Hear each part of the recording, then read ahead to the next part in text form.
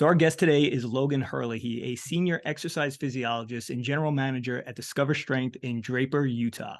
Discover Strength is one of the fastest growing boutique fitness concepts in the world. Logan has personally supervised over 20,000 resistance training sessions in his 6-year fitness career. He is also the author of How to Look Good Naked, The Least Amount of Effort to Look the Best with Your Clothes Off. I like that. And he'll have a second book launching in mid-2024. As a speaker, Logan has given lectures nationally and internationally on health and fitness. He holds a degree in communications from the University of Central Florida. He also has a master's degree in strength and conditioning from the University of Wisconsin River Falls. And he has been the host of the Discover Strength podcast for the past 2.5 years, but has a new podcast coming out in early 2024 called Exercise is BS. And I can't wait to get into that.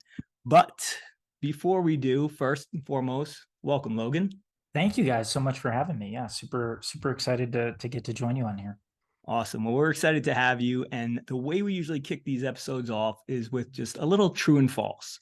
So you can answer true and false to any of these questions. And if you believe any of them need a caveat, just go ahead and let us know. And then we will circle back around to the answer a little later. Sound good? Okay, sounds good. All right. Number one, you believe yoga is the best form of exercise. False.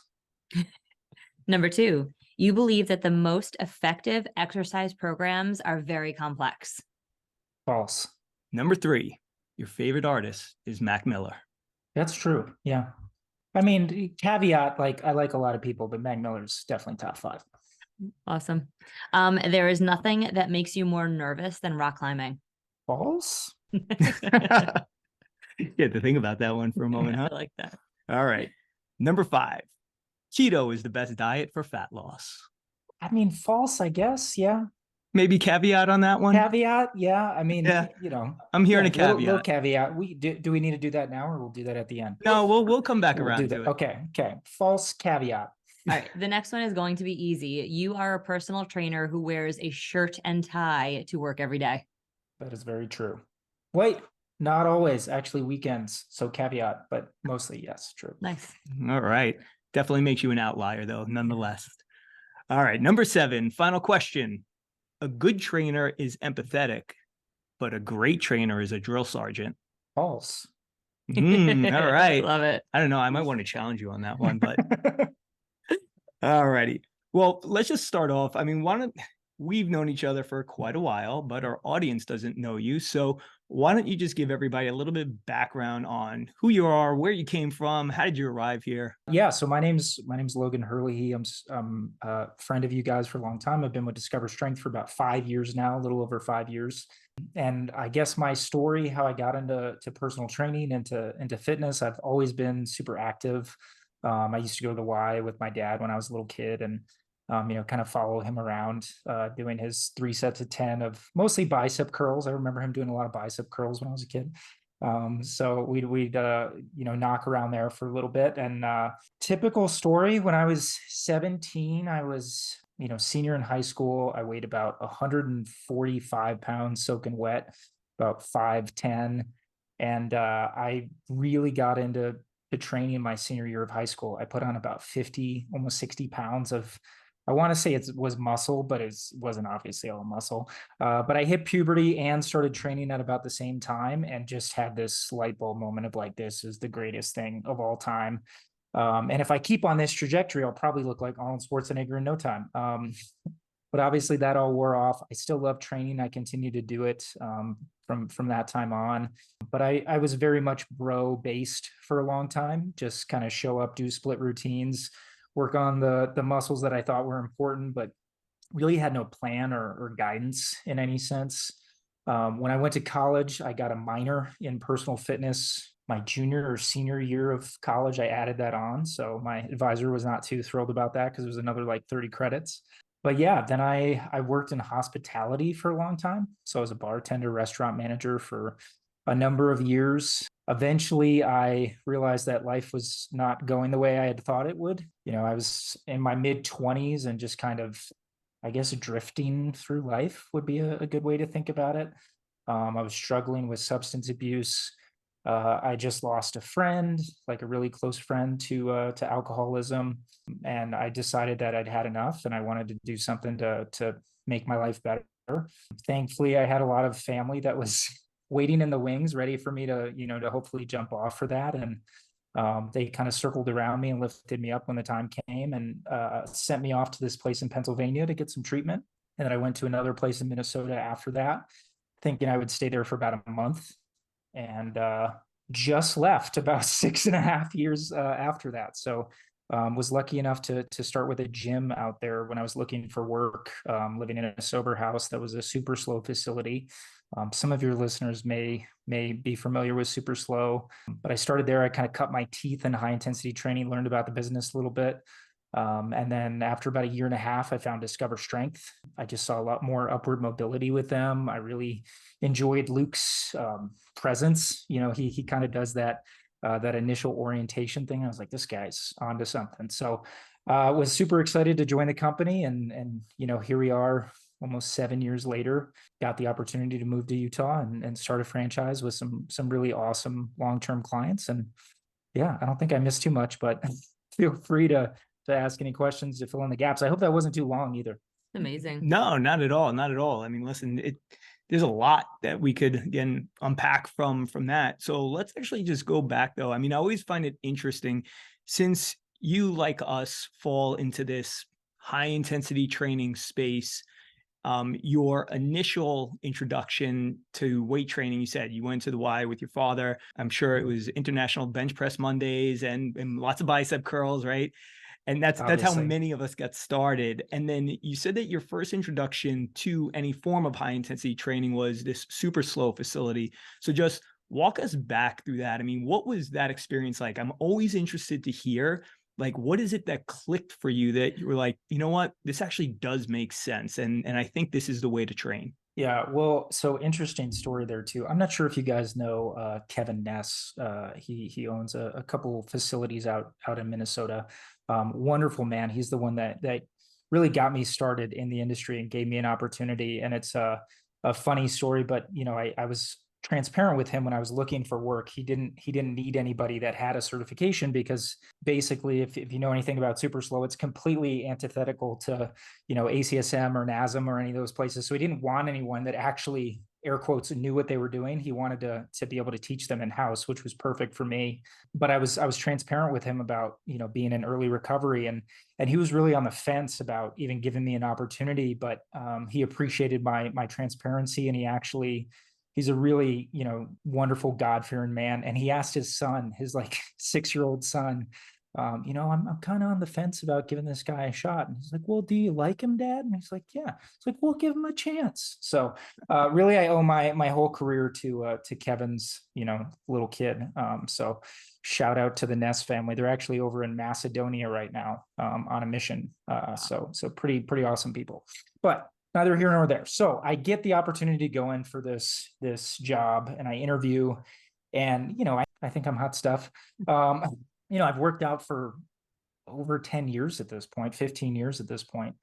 So I thought I knew what I was doing. And he said, we do once or maybe twice a week, 20-minute strength training workouts. And I was like, there's absolutely no way. Like, this is for old people. Like, there's no chance this is going to be even remotely intense. So I do that first interview. He kind of shows me the facility, and it was cool. He had all Renex stuff. So if any of your listeners are familiar with Super Slow and Ken Hutchins, he had this whole line of equipment that he made that is kind of like the unicorn in our world of like stuff, if you can actually find it, because they made so little of it, and it is the most beautiful equipment ever. Anyway, so he had like the typical super slow setup, multiple rooms, so you didn't like walk past people as you were doing your workouts. And he took me in there, and I think we did leg press, 10-10 pacing, obviously, pull down, and then they had a special like ventral torso is what they called it, was the chest press.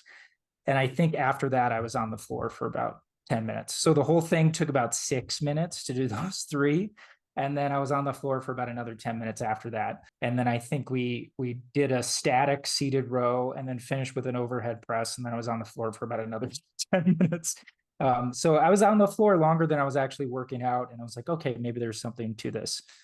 But it hit me right between the eyeballs. Like, oh, I can actually work hard and not just go in and do multiple sets. And it clicked pretty quick, thankfully. Yeah, I was gonna say, did it take you time to adapt? Because I remember, I mean, my story sounds a lot like yours.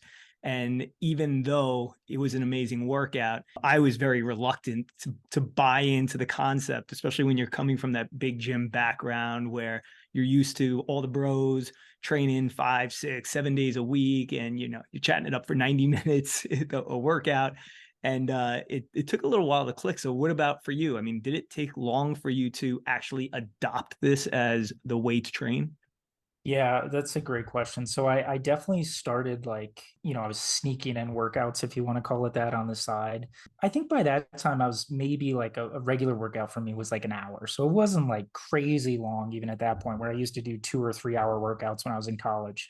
But I'd still like try to go to the gym on my own. And I very quickly realized that I couldn't do both, right? I either had to go all in with this and really give it 100%. That was part of our training, was to train there. So I couldn't go do a leg day and then come in and he's got, his iPad with my last weights. Like if I all of a sudden eat it, I'm only 3 weeks in. He's like, you're either plateauing faster than any person I've ever seen, or you're doing something outside. Right. So I quickly realized that, I needed to give this a chance. And it was probably after 2, 3 weeks, maybe a month at the longest, where I was like, I'm just going to do this twice a week. So That's pretty awesome. I think for me, not coming from the world that you guys came from, I mean, I literally just walked in and started doing 30-minute workouts 2, 3 days a week. But I think it's fascinating for a listener that's like, okay, but like, what about yoga? Or like, should these exercise routines or regimens be really complex, which were a couple of our true and false with you. So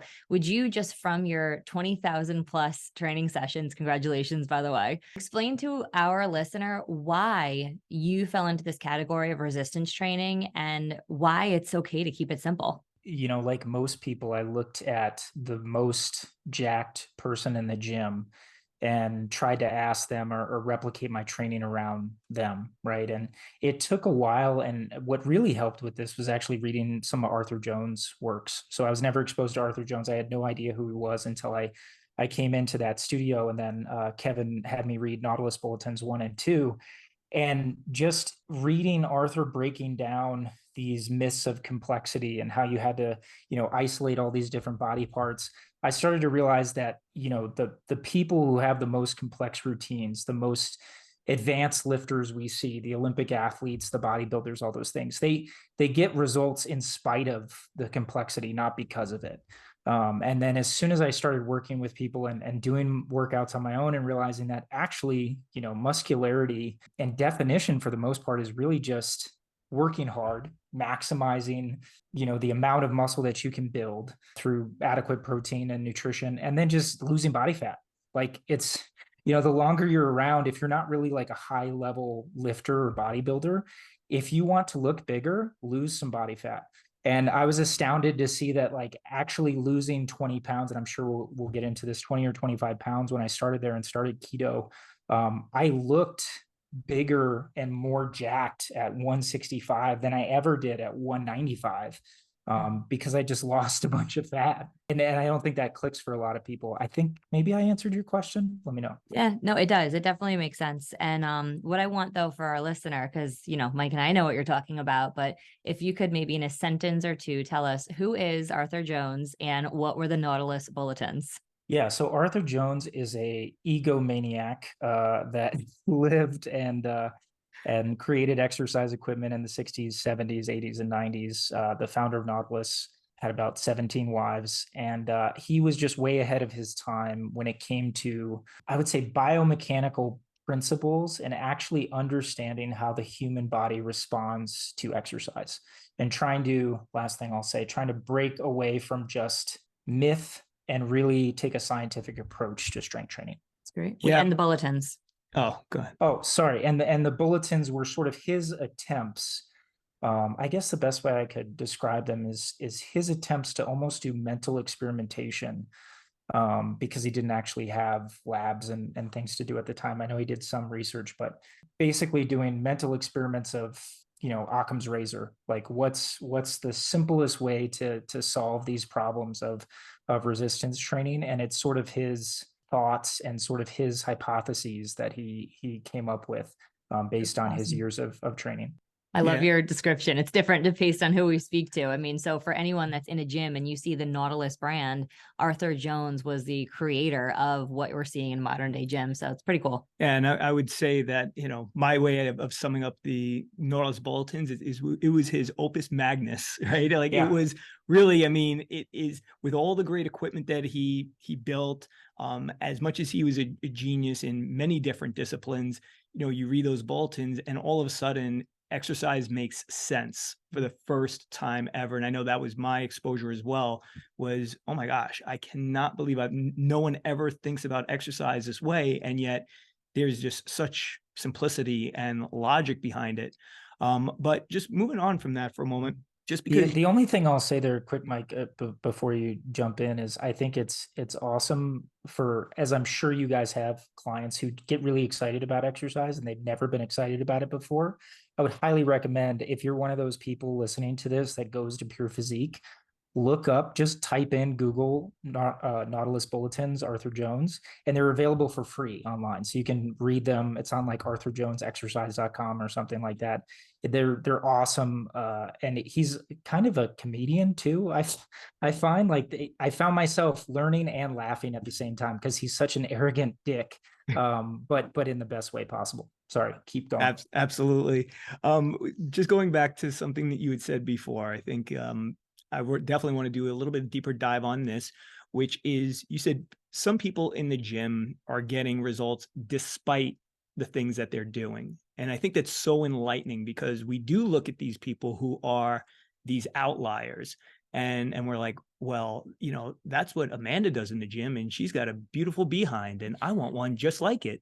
And so I'm going to do her routine, and yet it never happens. So can we just talk a little bit about the role of genetics? I mean, with you having conducted so many personal training programs and, similar to us, you have your set of routines that you're taking people through. I mean, talk about some of the variation that you've observed, the genetic variation and how people respond to resistance training. Yeah, I mean, there's a lot of research on this and this idea of responders versus non-responders. And the way I always think about it is, if you've ever seen somebody who's a high-level athlete, which most of us have at some point in our lives, right?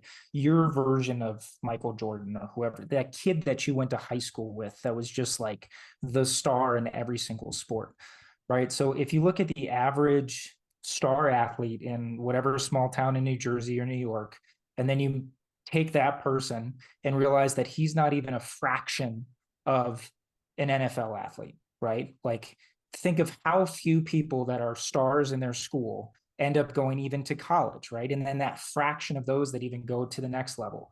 But think about when you were in gym class or whatever with this person, or if you were an athlete growing up and you're thinking of that person and was like, oh my God, they were such a freak. They're wired differently than the rest of us, right? And human beings kind of run on a spectrum, right? So there is the least coordinated, I forget the expression. Motor moron. It's like the motor morons. Yep, on one end of the spectrum, right? And then there's just the most perfectly wired individuals you've ever seen on the other end. And these are people that literally they can see you doing something once and they can emulate it and even do it better than you perfectly, right? So like Tiger Woods, the first time he picks up a golf club when he's 2 years old, he's driving it literally further than I can now. Like 2-year-old Tiger is hitting the ball further than I can because I can't even hit it straight. So like to say that we're the same thing genetically is kind of true, but it's not. Like, we're just almost two different species altogether.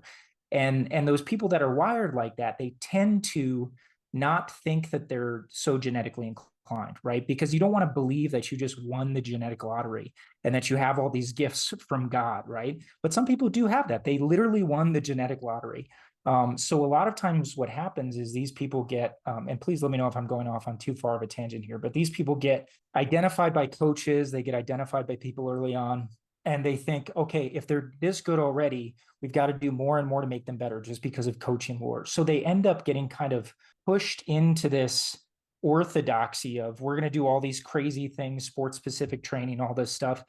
They can still excel because they could excel doing anything, right?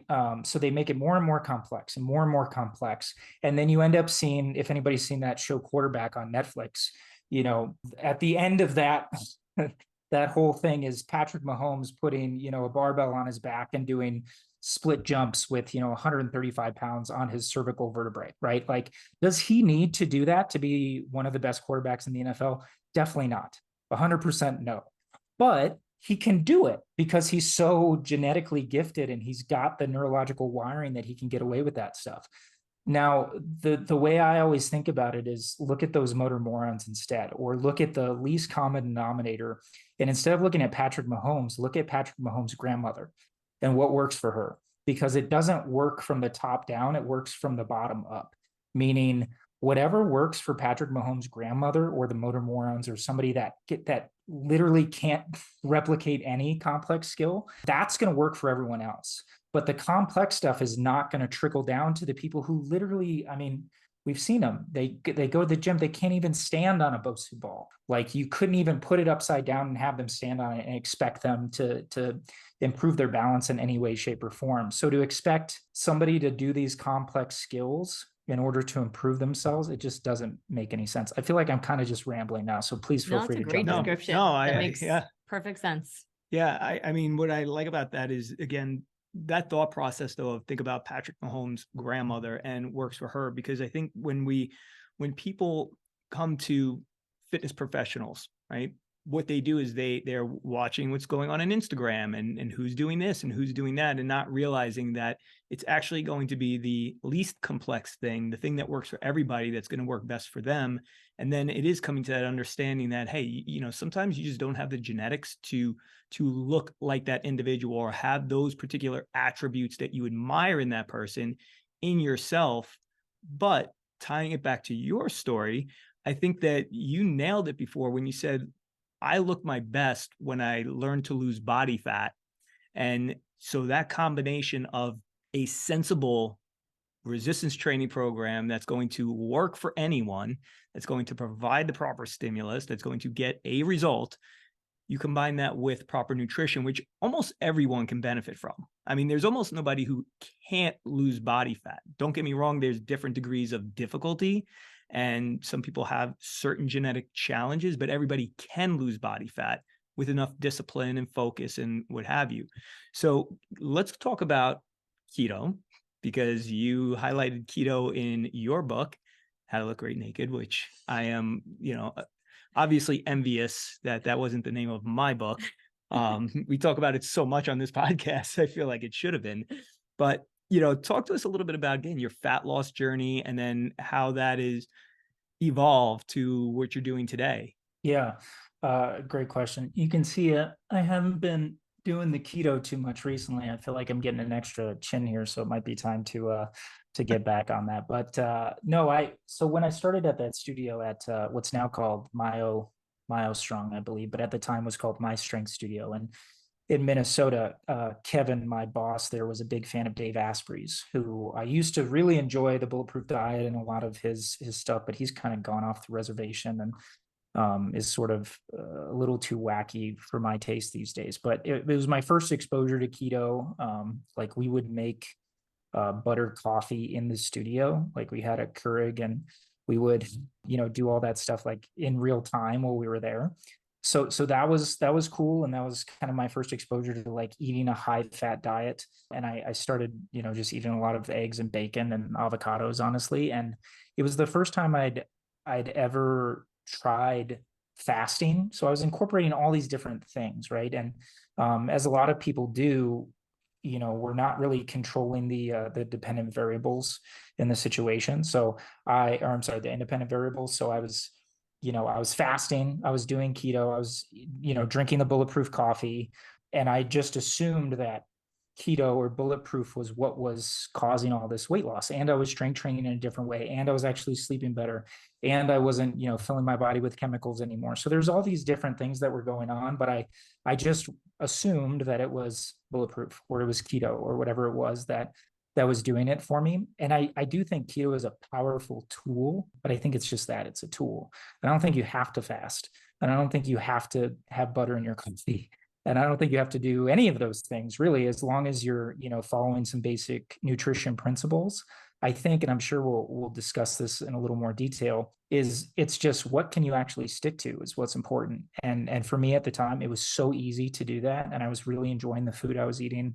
And I was really enjoying, eating 6 eggs at a time and avocados. And, I also happened to cut out all the sugar and all those other things. So that was kind of my initial experience. I lost about 20 to 30 pounds within a span of about 2 months without tracking calories, without doing anything. So I obviously just assumed like I found this, I found the gold mine, I found Shangri-La, right? As far as like what works from a diet perspective. And I was screaming it from the mountaintops. And it was beneficial for a lot of other people. But I don't necessarily think that that's the cure anymore, if that makes sense. Yeah, no, it does. And I love your philosophy on that, people will say, I'm drinking bulletproof coffee, but they're eating Dunkin' Donuts, donuts. And it's like, hold on a second, like it's a tool that's part of a whole tool belt of tools. You can't just take one magical thing and expect this incredible result and then keep doing what you're doing elsewhere. So yeah, I love how you talk about all the different pieces of the puzzle. Well, you've interviewed a lot of people on the Discover Strength podcast, and I know you've already begun with the new Exercises BS podcast. So how has, in those interviews, I mean, is there anybody or any particular conversation that really challenged your thinking around nutrition, and that started to change the way that you were eating, or what you were suggesting to clients? Yeah, so I wouldn't say it's anyone in particular on the DS podcast because we do try to stay away from like nutrition science in general. We really focus on just like the resistance training piece. So, big caveat here is none of this stuff that I'm saying is DS, branded or anything like that, right? Like this is all my personal philosophy and journey with nutrition. I think what's happened is over the years I've just seen people get results with different things, right? And I've continued to educate myself and expose myself to different podcasts and different research articles, and we do read some nutrition stuff at Discover Strength, weekly research article every week. I would say maybe Stu Phillips was pretty big as far as just like understanding that maybe animal protein, although I believe it's superior to plant protein, is not the only way to supplement with protein, right? I've definitely come around on that as well. But just from a like actual understanding of nutrition perspective, I think it's been, following people like Lane Norton and exposing myself to other, fitness influencers that are actually high quality scientists, that I've just seen this continual focus in the evidence that says there's really no one way to eat as long as you're eating in a caloric deficit. And at a certain point, it was just like, I know, but keto is probably better, or intermittent fasting is probably better. And then you follow these people on Instagram and it's, you see the studies coming out and it's like, you can argue all you want. And I think there is a lot of nuance and stuff. And I think at an N of one level, a lot of these different techniques and approaches and dietary patterns and eating styles can be super beneficial. But big picture, I just don't feel confident definitively saying anymore that like there's one specific type of diet that's best for everybody, because I just don't think that the evidence supports it. Yeah, I mean, we tend to agree. I mean, removing refined sugars and refined carbohydrates always going to be a win. Taking out alcohol, that's great, right? We know alcohol is a poison. And it's interesting. I think that the best evolution is understanding that people do fall along a spectrum, and that is our nutrition guidance for people is, where do you see yourself? And here's boundaries instead of eat an apple and 12 almonds at 2:30 p.m. on a Thursday, because really who's going to do that? So we're very much on the same page. Yeah, I mean, I think that when you boil it down, exactly what you were just saying, Corey, about that, it's a lot of times it's about what you're not having versus what you are having. I mean, it's easy to assume that, when you have a 20 plus pound fat loss and you just started implementing, bulletproof coffees to say, hey, everyone, I think I found the answer. It's bulletproof coffee. And you do that and you're going to lose body fat. And then all of a sudden you see all the other people who are trying bulletproof coffee who are actually gaining weight, right? Because they don't understand, number one, just the foundational elements to fat loss. The first being the laws of thermodynamics. I mean, as much as I love eating like a carnivore, I also recognize that You could get fat on carnivore. You could get fat on keto. You could get fat on low fat, high carbohydrate. I mean, any number of different types of dieting strategies can work for or against you. And then the rest is, okay, what do you feel best on, or, what matches up with your physiology and, your health needs, I would say. Yeah. But if we could just also branch off of that, again, just sticking with the podcast and all the interviews you did, same question related back to exercise. I mean, you had already been exposed to high intensity exercise before joining DS, and then you go on the podcast and you talk to all these great researchers, most of which in the exercise space. So anything that's changed with regards to how you approach your fitness or that of people that you're working with? Yeah, I think that's a great question too. And before I answer that, one last thing on diet. All that being said, I feel like was one big caveat to say that like I do feel very, very passionately about what I think people should or shouldn't be eating. I just don't feel convicted enough to push my beliefs on someone, right? I don't think you should eat refined carbohydrates. I don't think you should be purely vegan because it's simply really complex to do in a healthy way. But that doesn't mean that if somebody comes to me and they're vegan and they don't want to eat meat, that I'm going to say like, you're an idiot. Like, this is obviously not going to work for you, right? Like, how do we create a program that works for them? And that's why I'm so thankful that we don't do nutrition advice at Discover Strength, because it gets so complex. And it does get like as empathetic and touchy-feely as we can sometimes get in the resistance training space. Holy cow, when you talk about people in food, like that is just another level of like anxiety and different eating patterns and disorders and like what people have gone through in their life. Like you really have to start digging deep with people to find eating patterns that are healthy and are not going to give them worse food hysteria going forward too, right? So I think you and I, you, Corey Beth, and Mike and I are all very similar in our beliefs and strategies for diet. But again, it just comes down to what do you feel confident recommending to someone, and holding their hand going forward. So with exercise, by the way, yeah, we have to exactly. do this as a team. We got to go in together. And well, I we don't do have a great. teammate. It's empty over here. You will. So You will. as far as exercise beliefs, I mean, same thing. I was very dogmatic with HIIT because it was so powerful for me, especially super slow. There was a time when I thought, moving at a Arthur Jones cadence of 2/4 was like preposterous, and like, how dare anybody move that fast? And if you're not moving 10-10, like you're obviously creating too much momentum, and you're leaving gains on the table, and you're obviously overtraining if you're training more than twice per week. Like, how could your nervous system possibly recover?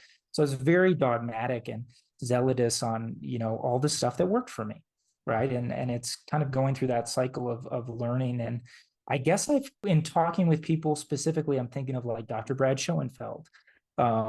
He's really helped me come around to this idea that I don't think that there's a one size fits all program for anyone anymore. And I would say that the baseline HIIT principles, meaning, twice a week, 30 to 45 minutes for your workouts, full body routines, is probably the best approach for like 80 to 95% of the population, who, by the way, probably about 90% of the population is not strength training anyways. So we're really arguing about like the 10 to 15% who are already strength training.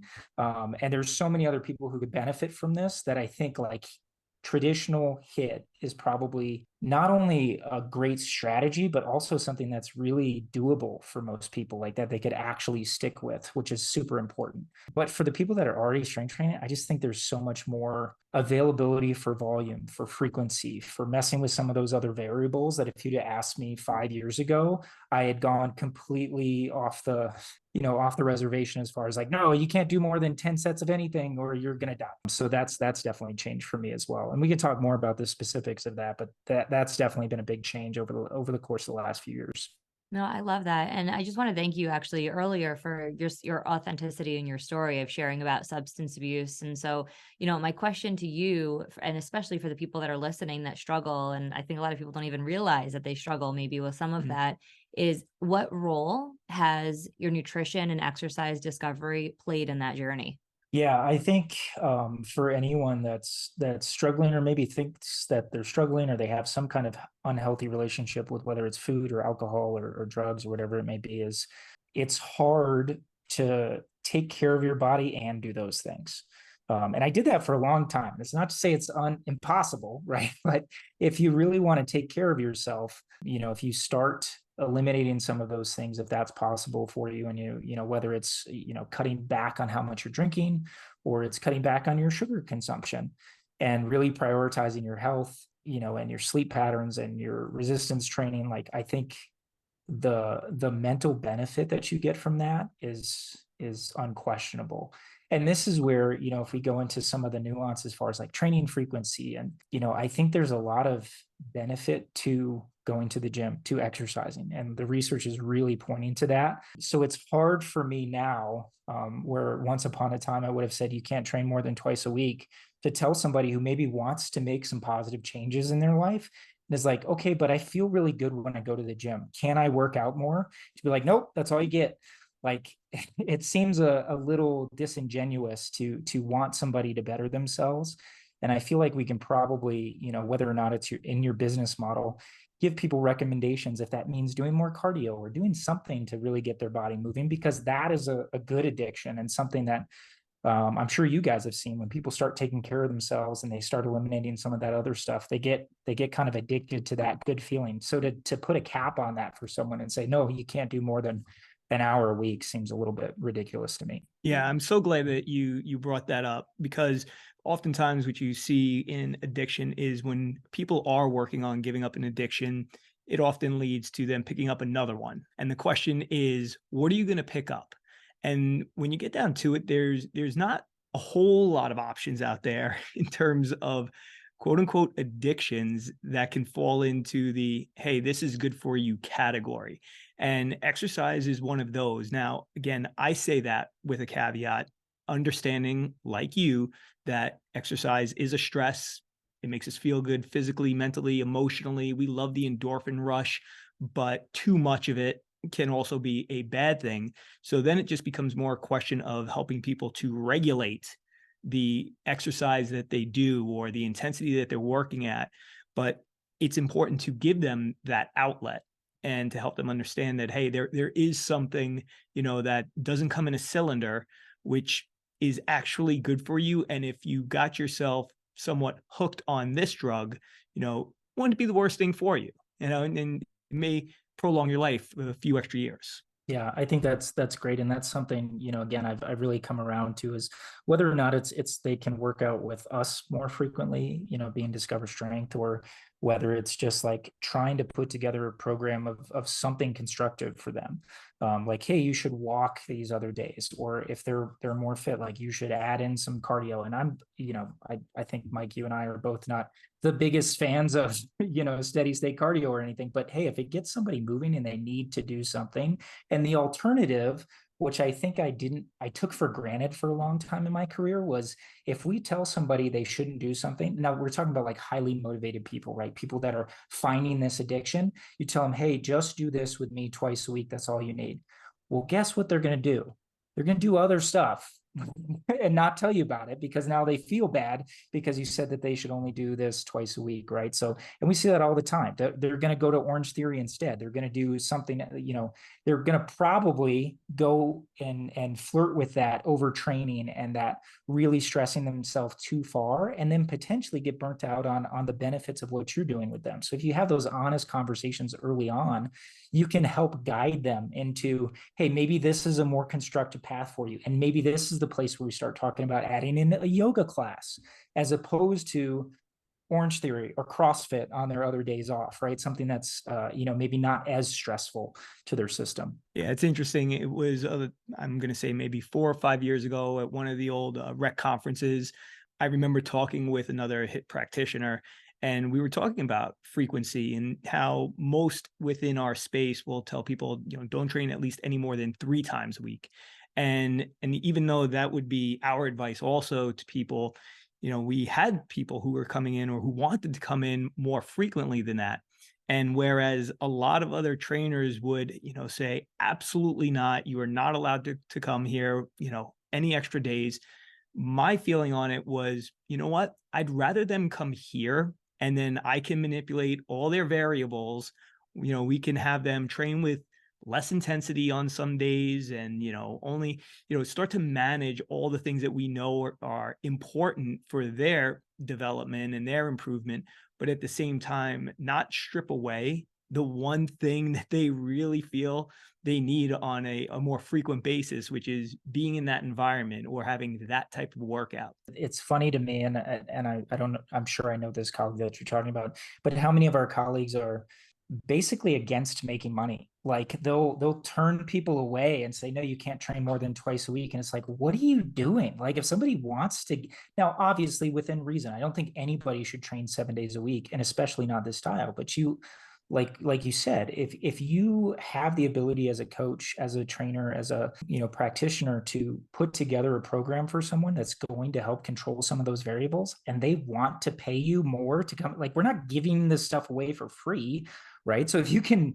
double somebody's frequency from twice a week to 4 times a week, and that's they're going to avoid doing the other stupid stuff, and you're going to be able to control those variables for them, and it's still what you guys are 30 minutes still anyways, right? Even if it was 45 minutes, you're talking about 3 hours of training per week if they're going 4 times a week, as opposed to 2 hours a day, which some people might be doing. So still a fraction of the volume that somebody else is doing. And I'm not advocating for necessarily doing that, but when those situations do arise, I think it's just crazy to say like, nope, we don't offer that, we can't do it for you, I'm not going to take your money, sorry, go somewhere else.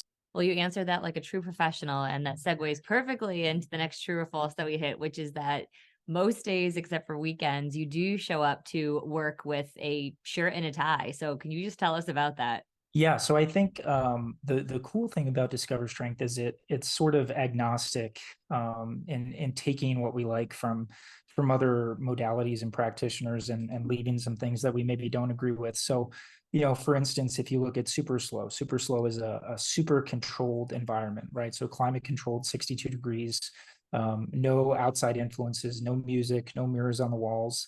And it's great for people who don't like exercise. And they just do it because they know they have to be there, and it's a very clinical environment. And one of the things that Ken Hutchins was super adamant about was having sort of a physical therapy atmosphere when people come in, because they don't want it to feel like gym bros in tank tops.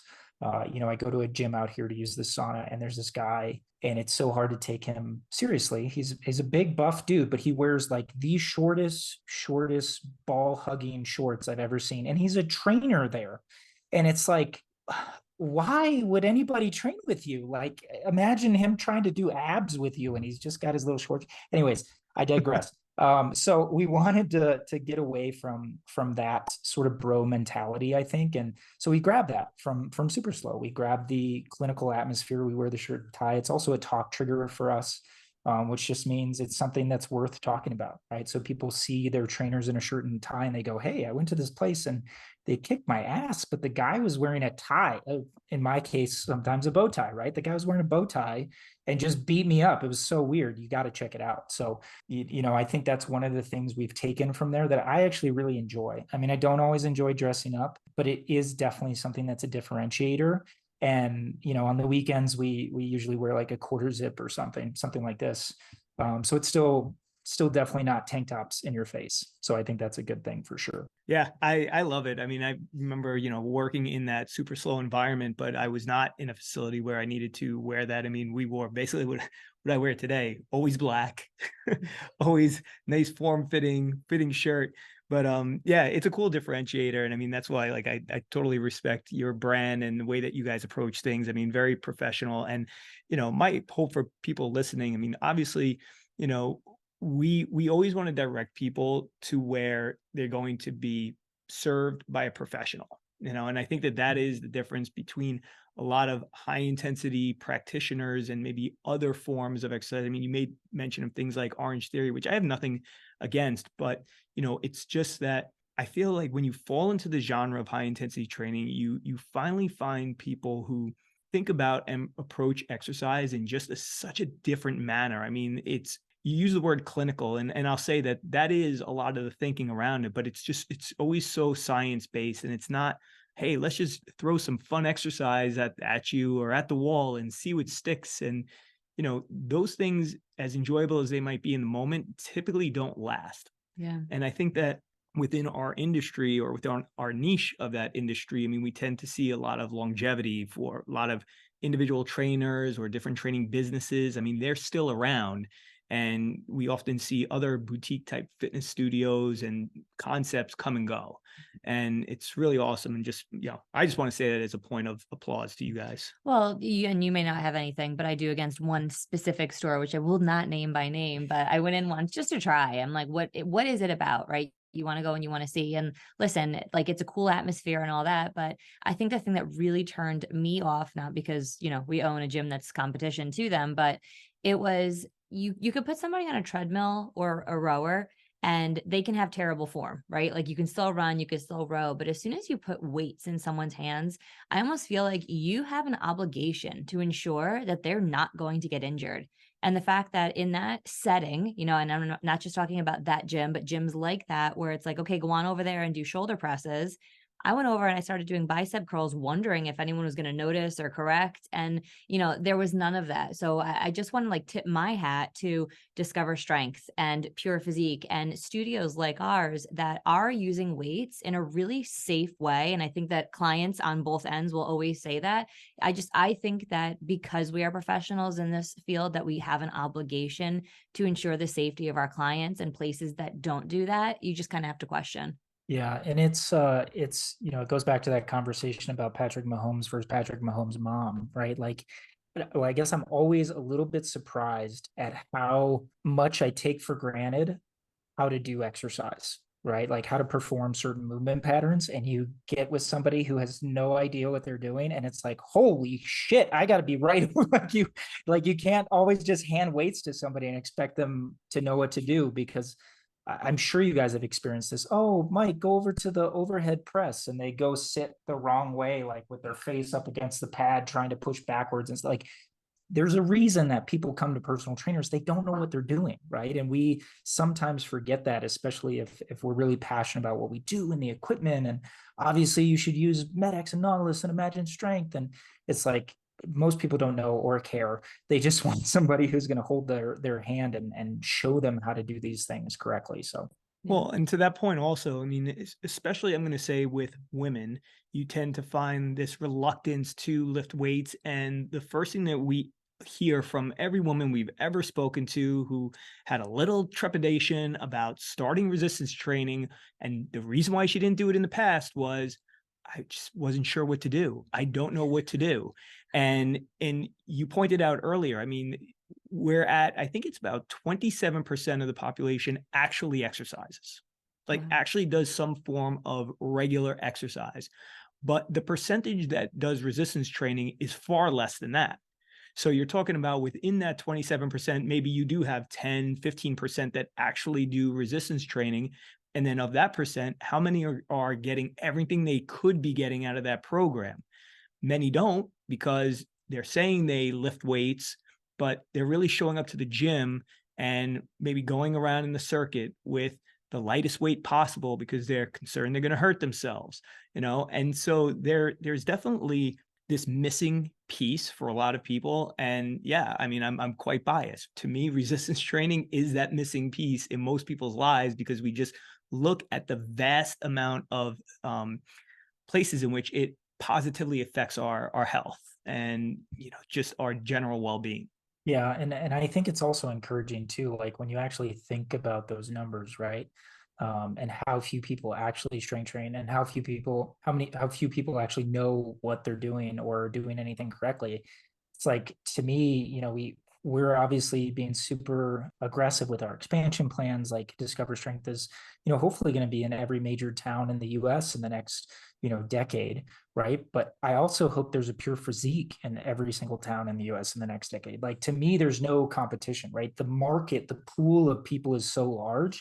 And I don't think we really have to compete with this oversaturation of other boutique fitness studios, whether it's cycling or group fitness circuit training classes, because those are not doing the same thing we're doing at all. Even if they're using weights, it's not the same thing by any stretch of the imagination. So to me, there's such a huge pool of people. And right now, it's all those different boutiques are competing for those same 27%. Well, what if we could get that number to 50% as we continue to see recommendations from health organizations recommending that resistance training is beneficial and you should be doing it for cardiovascular disease, all these different things.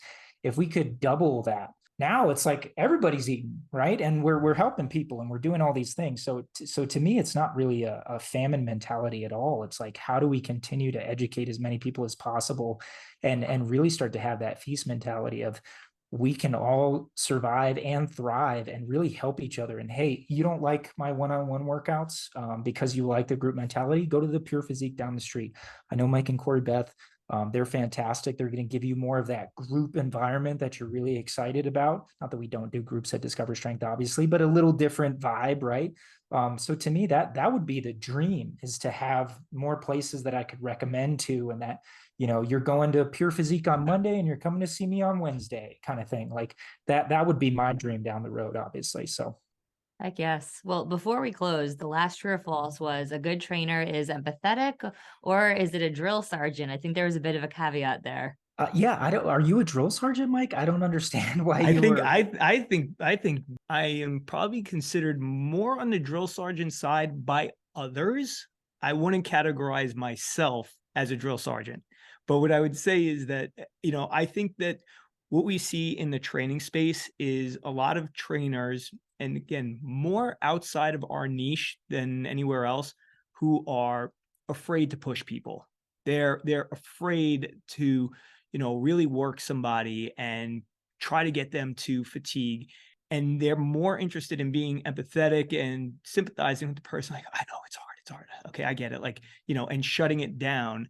Whereas I feel that, the truly great trainers are the ones that can be empathetic, but also understand that the greatest value they're going to provide to somebody is to have that person train at the highest intensity level that they possibly can. Gotcha. So with that explanation, then I would say, I guess I'd be more on the drill sergeant side, but I'm just imagining like a drill sergeant that also at the end is like, "Are you okay, guys? Did those push-ups hurt?" Right? Like, so that would be me, right? In the moment, very much That would be me, non-empathetic. but sarcastically. Yeah. So like, obviously I want to push people as hard as possible. And I don't think we have the capabilities on our own, or very few people do. And I mean, very, very few people to push themselves to the limit that is probably necessary to create change over the long term without somebody else's motivation there. So for sure, I would say in the moment, drill sergeant, I don't care about your feelings. But afterwards, I'm so proud of you. Let me just ask one more follow-up question to that, actually. So that being said, let's just talk about the person who is not being pushed. Do you think that there is a lot of value in a person like that training with higher volume or more frequency because there's a lack of intensity, or you just feel that the intensity needs to be there, otherwise we're just ultimately not going to produce the result that we're looking for? I mean, I would say yes, but, or it depends, right? Like in the beginning, I think doing anything is obviously better than nothing, right? But having those I was talking with Lawrence not too long ago about this on the High Intensity Business podcast, and he had a listener who had a client that I think they'd trained there for like 20 years and he couldn't get this lady to failure. And it's like, I think that's probably too long, right? I think that's probably too long without really being able to push someone. But in the beginning, if they've never done anything before, sure, bring them in 3 times a week. Don't even get them close to failure, right? Just get them used to doing anything. I think that's totally fine and acceptable. But if you're a high intensity practitioner and you're not at least attempting to get more out of someone who doesn't necessarily want to push themselves each and every single workout, I think you're doing the client a disservice, and you're not really earning your money at that point. You kind of owe that person a refund because they're not going to push themselves. That's why they hired you in the first place. So I don't think that means you have to try to bury every person that comes in the door, but you should be able to, customize the program to the person in front of you, and be able to, after a while of doing this, start to figure out, how are the ways that I'm going to get a little bit more out of this person? And it's going to be a little bit different for everyone, but I think you should always be be trying to do that, as opposed to just like, okay, they're showing up, we're just going to get to 12, we're done. That's it. Like that's you're not really a professional at that point. Yeah. Listen, same can be said in every industry. It's we're working for something greater than us. Well, that said, Logan, we appreciate your story, your wisdom. I mean, 20,000 plus sessions. I wonder how many you've done. I'm like so fascinated. I love, how did you keep track of that, by the way? So that's like a rough estimate, right? So we can say roughly, I think 20,000 is probably pretty dang close. It just sounds better than like 18 or 19, but I've done roughly 3,000 a year tracked between Discover Strength and my previous job. So that's 6.5 years in. We can run the reports on MindBody, but all the sessions I did before that was like another 3,000 that I added on there. It's a lot. And, Yeah, it's a lot. obviously because we do groups, caveat, I'm including all the group people there, right? So if we're in a course. 7-person group, I was supervising it. So Yeah. Well, don't share your number. You're gonna I'm put not- all of us to yeah. shame. So perfect. Oh, what is it? I want to know. I'm an old man in this. I've been doing this That's for okay. 25 years. So, Yeah, there you go. So 200,000. not quite that high. I think the last time I estimated it, it was in the realm of 75,000 or so. That's awesome. Cool. Well, that said, can you tell us anything about your book coming out next year? Yeah, I mean, gosh, that's what I've seen a bunch of different psychological things on, like whether or not you should share goals and things you're doing, of whether it's actually going to force you to do it or not. So I'm hesitant to talk too much about it because I don't want to put myself in a position where it feels like, oh, I've already accomplished it. But I've been working on this book since I finished the last one, How to Look Good Naked. So just for a little bit of frame of reference, I wrote, edited, and published How to Look Good Naked in the span of about 6 months. This book I've been working on for about the last 3 years. So TBD, it'll be in 2024, but it's called Exercise is BS, just like the podcast that's going to be coming out next year. And the idea is it's breaking down a bunch of myths and misconceptions in the industry.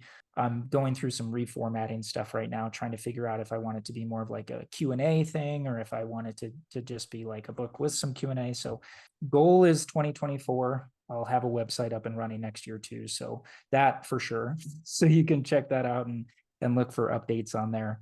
Love that. And yeah. Logan's current book, How to, the number 2, Look Good Naked, is of course available on Amazon, and we will link that in the show notes. Yeah, and just lastly, with the new podcast, I mean, how is that different than the podcast that you've been doing for the last 2.5 years with DS? Yeah, so this is going to be more just like not associated with Discover Strength at all. I mean, it's obviously I work for Discover Strength, but this is more just my own seeking of information, I guess.